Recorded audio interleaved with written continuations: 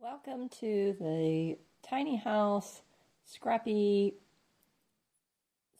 Quilt Block Stitching Series. So this is all about making a quilt using your scraps of fabrics and making tiny house embellishments to go on them. So here is one that I did with the pink theme that goes along with the kit that I make, and I think it turned out really cute. I really enjoyed doing this.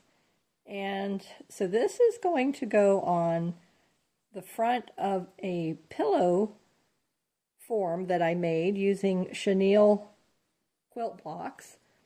So I had purchased a pack of chenille blocks off of eBay, different pastel colors, 5x5 square blocks, and I've sewed those together, made a pillow form, and this is going to go on the front of that pillow form.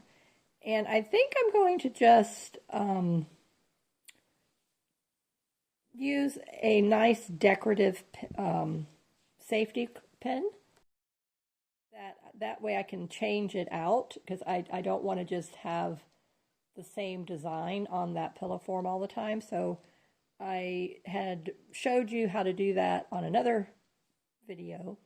And then this beautiful heart applique that I made, and I want to make something along this same style and put it on another hexagon block, and then that will be another by the seasons. I'm thinking like that, not monthly, but just maybe by the season. So something to do with a spring, maybe this is more like summery, and then I would want something that would be more fall, and just change up the colors of the tiny house. Could do the same thing. And you could do it that way with just the same embellishment pattern, and then just make it different, decorate it differently according to the seasons. So let's get started with today's video, and I will show you where I'm at, the progress that I have made finishing up this bed runner that matches with the 12 block vintage hanky quilt that I did with the slow stitching sampler series for 2024. So now our Scrappy Tiny House series is for 2025, and there will be more videos with more projects showing you how to use that tiny house quilt. And then I'm going to be incorporating other kits that I have in my shop with this series as well. So we're going to have a whole series on the Scrappy bird and floral kit, and because it's going to be showing you how to use the different kits that I have in my shop. And we have a whole Scrappy soft book series, so we're going to be putting together a whole soft book for your embroidery stitches and for your slow stitching practice. So I have all these books that I've been working on here and that I've showed you in a variety of colors and styles, and then the landscaping series, so that we started already, and then I've got to make more.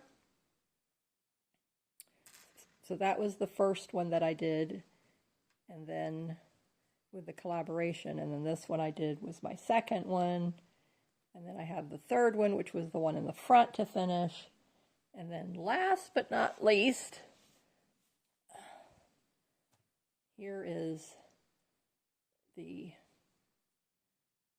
newest of the soft books, and the inside pages, I'm going to change the style up completely. I've got, fabrics picked out, and then we're going to have a series all about landscaping. And so this is the pattern that we're going to use and that we're going to follow, and we're going to just duplicate this pattern and then you can just make it different by the fabrics you use and the whatever you want to do. The tree can be different, the house style can be different, but basically the layers, starting with the sky and then the landscape and then the ground, any hills you want.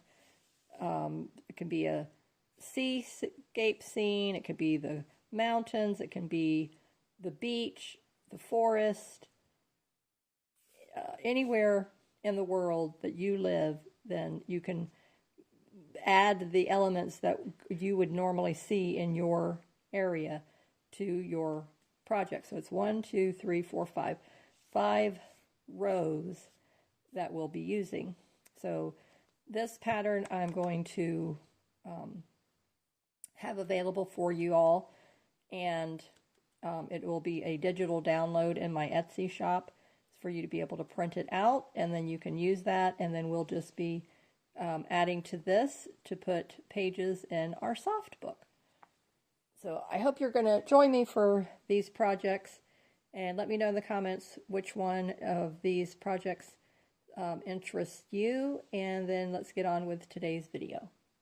I left off with working on this tiny house, so let me finish the blanket stitch here with you. So for those of you who are learning your embroidery stitches, the blanket stitch is one that is really easy to learn, and by using it regularly and practicing it, you'll become very well acquainted with it. You can see that I did it on here too, the border all around the house. So it's a very versatile stitch that you want to do. And I want to just share a little update as I'm doing my stitching here with you. And things are seeming to be settling down now again with my help, and finding out that I had some nutritional deficiencies, so we really have to keep testing regularly, and that kind of, the ball got dropped on that, and now I know I need to get regular testing, so that's fine. But today I was able to take a walk again with my husband. It was a beautiful day here in Florida, and probably in the 70s, close to 80, and just had a beautiful walk. And then now I'm wanting to sit down and just immerse myself in this project and just enjoy my day. Had a little bit of a rough day yesterday, but today's better, so thankful for that, and just grateful and thankful and counting my blessings every day when I have days are better than, you know, the day before. So far, so good, and just doing everything I can to keep my little body happy, and things are looking up, so I'm so grateful for that. And when you're doing your stitching, you know, you can decide, do you want the color of the thread to match? Do you want it to be the same, kind of blend in, or do you want it to, you know, contrast more? That's completely up to you. So there you go, and then we just finish this side, and we will be having 2, and I'm trying to remember how many rows, how many of those blocks did I have? 5 or 6. Okay, so I think I have maybe 4 more tiny houses to do.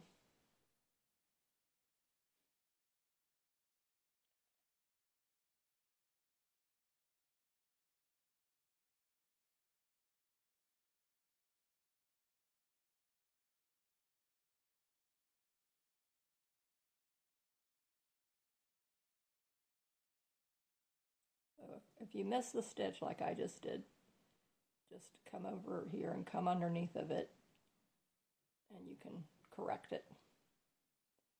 You don't have to take it out.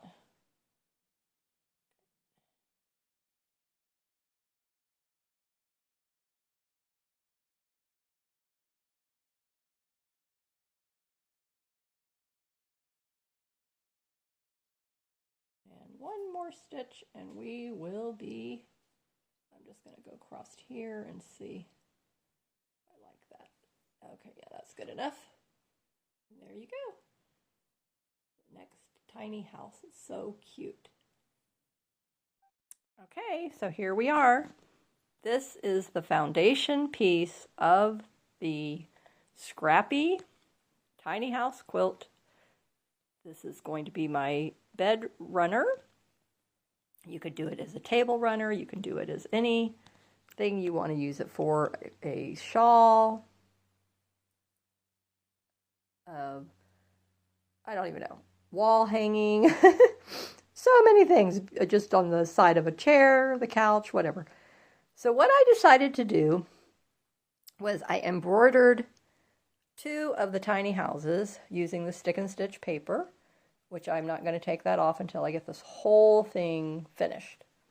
Okay, so there's one there, and then the other one is right here.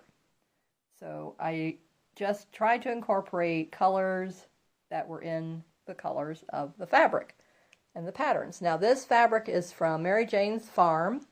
You can visit her website at maryjanesfarm.org or .com and check out her shopping section, and then she has a variety of things in addition to her organic foods. She has a creative items as well. So then the second item, tiny house, that I'm going to do, and I know I talked about it in the last video. I was thinking, you know, how I was going to put the little tiny houses. But now, after finishing this, I know what I'm going to do. So this whole top row, each block is going to have a tiny house of a different fabrics. So won't that be cute? So each one of those blocks will have its own tiny house. So the first block and the last block are the same fabrics. And then I have the chicken, which matches this one down here, but it's with a darker background. And then the script, which kind of matches this with a darker background. And then the chicken again, and the script, and a chicken again, and the script. So I really like this. It's really going to look cute. The houses up there on each of the blocks is going to just be absolutely adorable. Think of it like a row houses, and each of these is on the lot of the different homeowner, and then their house on each of their lots. So I thought that would be so cute. And then I'm going to come in with some embroidery stitches and then add some more elements to each of those little blocks with that little whole feeling of a homey community row house kind of a feeling. So now the back of it has the batting, and the only one that I stitched, okay, was that one. I don't think I did this one. Let me see. Yes, I did. Okay, so the 2 went through the batting, but the rest of this is not secured with any stitches at all. So once I come in, I'm going to first of all come in and start attaching the tiny houses. So once I attach the appliques, then these will be through the batting. So I don't want to attach them with the backing on it because I don't want to see those stitches. So all the stitch work will be through the top layer and then through the batting. So that will make it more secure. Then I'm going to come and probably with a longer stitch, whatever the longest stitches I can do on my sewing machine. And I was thinking about maybe doing the tying, but I don't really like the tying. I don't like the way that looks. So I'm just going to do a ditch in the sewing in the ditch, you know, right up here against this seam here, down each of these rows, the lengthwise, and then that will secure all of these rows through the batting, and then that will make them more secure. So then when it comes time for washing it, then your batting isn't going to come apart. So you always want to make sure you do that embroidery stitching. That's so important. That's why you want to do it. Or the tying method if you like the tying method. But I just, like I said, I just don't care for that. Isn't that adorable? I just love that. So, so cute. I did French knots for the doorknob. It's just adorable. Just love it. Absolutely love it. So that's the update, and the next step is to make more of the tiny houses. So let's go out to my craft table and let's make some tiny houses. Okay, so let's design some tiny houses. All right, so I have a container here with a bunch of fabric scraps in it. And so we're going to look through that and see what possibly could be used. And then I have several different embroidery threads and some other fabrics that I was using to cut and do some other stuff. And then I have my pin cushion with my needle threaders. So I've got the needle threaders in that pocket, and then I have my sewing needles. So when we get ready, here's my, I like to keep the piece of embroidery thread in it so that I can find it easily. And then there's that. So, alright, so these were the first two pieces. I just thought, you know, when I was looking around and I said, let me just, you know, figure out what do I want. And do I want these for the house? Do I want them for the roof? Do I want them for the windows? So this, I was thinking these would be cute for windows. I like that.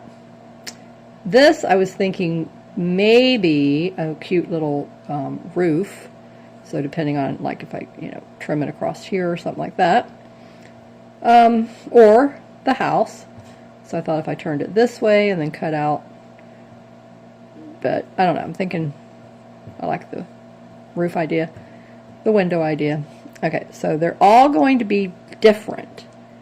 And if you remember from what I just showed you, so there's two grayer looking script blocks, and then there's two more beigeier looking quilt script blocks, and then there's the two or three chicken with this color here. So that's why I was thinking of this color. I thought this would be a good color.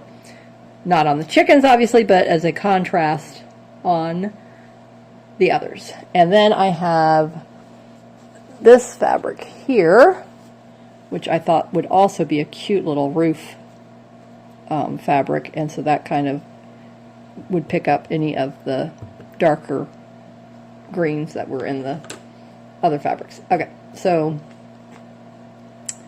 and then I have this linen. Those would be good for the body of the house. Lots of lace. So if I decide to put any lace on any of them, I'll have that. And I had this. This is what I used for the house for that. So I'm going to get that out.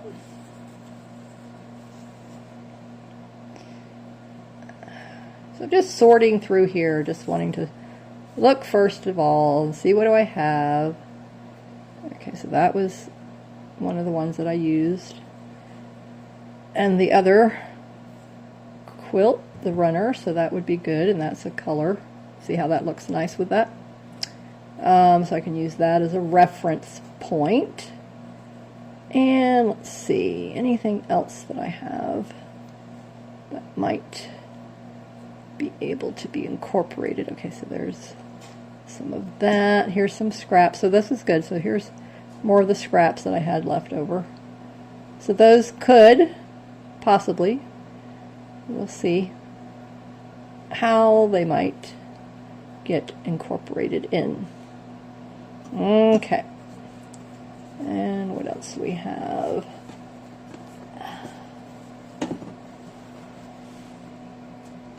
Okay, set that whole thing aside. And put a pin cushion over there. Okay, lots of other little miscellaneous scraps down in there. This one kind of, I like the look of it.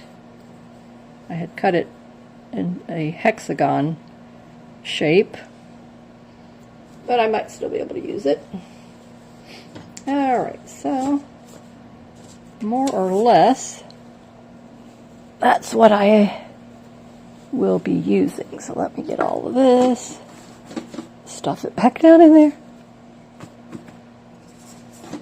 Okay, this, put the laces back in here until I get ready, because the laces are the last thing if I was going to add them at all. And this is from Grove.